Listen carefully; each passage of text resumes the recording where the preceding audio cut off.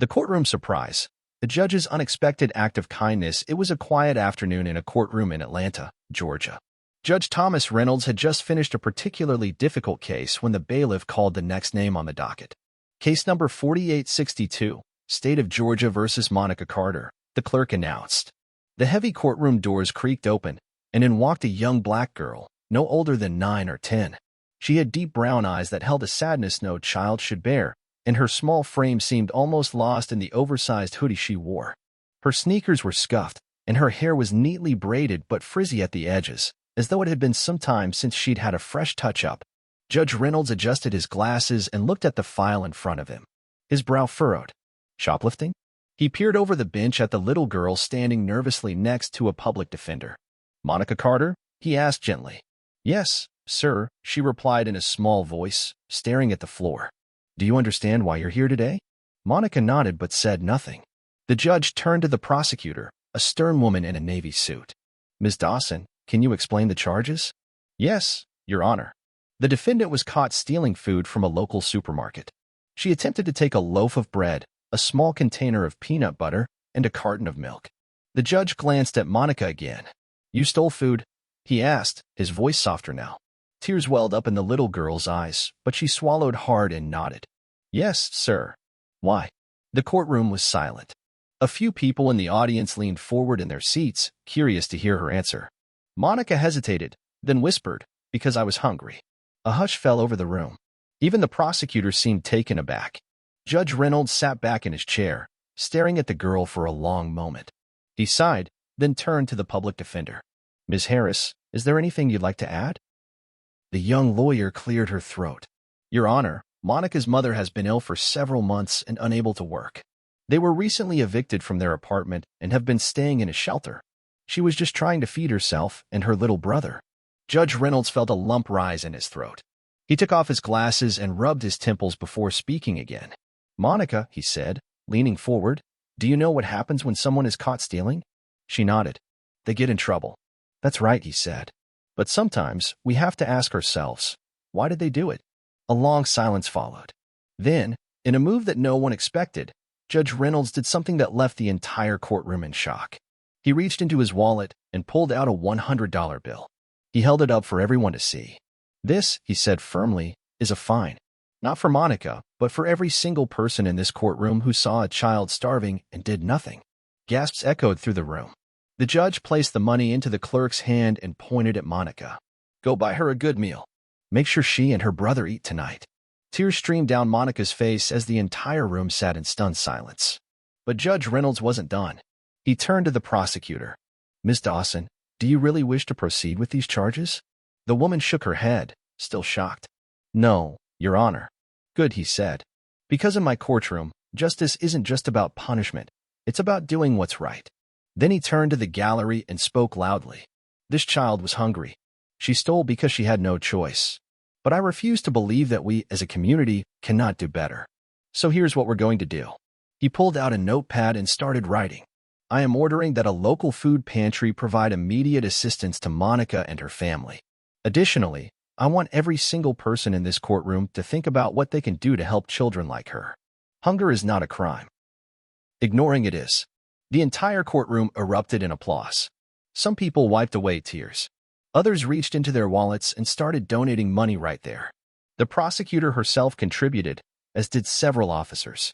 As for Monica, she left the courthouse that day not in handcuffs, but with a full belly, a safe place to stay, and a newfound hope in humanity.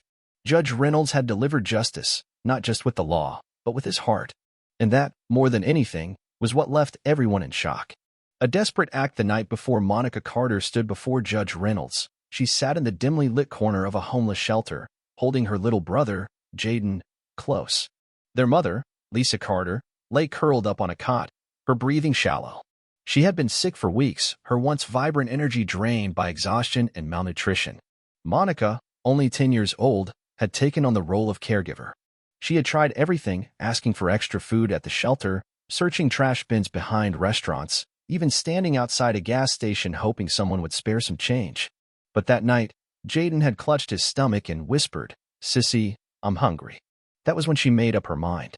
The next morning, she walked into the supermarket, her heart pounding. She grabbed a loaf of bread, a small container of peanut butter, and a carton of milk, the bare essentials for survival. Just as she was about to slip out the door, a strong hand clamped down on her shoulder. "Where do you think you're going?" The store manager's voice was stern. Tears stung her eyes as she was dragged to the back office, waiting for the police to arrive. A judge's compassion when she stood before Judge Reynolds. She was terrified. Would he send her to jail? Would they take her away from her mother and brother? But when she told him why she stole, the room fell silent. Then came the judge's shocking decision. Instead of punishing her, he reached into his wallet and handed over a $100 bill, declaring that the real crime was that a child had to steal just to eat. The courtroom gasped, and then, one by one, people stood up. A police officer walked forward and placed a $20 bill on the clerk's desk. A woman in the audience added another $50. Even the prosecutor, still reeling from the moment, reached into her purse and placed a crisp $100 bill on the pile. Before long, over $2,000 had been collected right there in the courtroom. The ripple effect, but the story didn't end there. Judge Reynolds took immediate action. He personally called a social worker to arrange emergency assistance for Monica's family. Within hours, a caseworker arrived at the shelter with bags of groceries, clean clothes, and even a few small toys for Jaden. The news of what happened in the courtroom spread like wildfire. The local news station covered the story, and soon, people from across the city began offering help. A local diner owner, Mr. Jenkins, called the courthouse. "If that little girl ever needs a meal, she eats here. Free of charge." A grocery store chain pledged to donate food to shelters across the city, ensuring no child would have to steal to survive again. But the biggest surprise came when a wealthy businessman, who had seen the news, walked into the courthouse looking for Monica's mother. "I want to help," he said. "I know what it's like to struggle. I've been there." The man not only covered Lisa Carter's medical bills but also paid for a small apartment for the family to live in. A new beginning. A week later, Monica sat at a real kitchen table for the first time in months, eating a warm meal. Jaden laughed as he drank a glass of milk, and their mother, still weak but smiling, held their hands. Monica thought back to that day in court, the fear, the shame, and then the overwhelming kindness she had received. She looked at her mother and said, "One day, I want to help people too. Just like Judge Reynolds." And she would.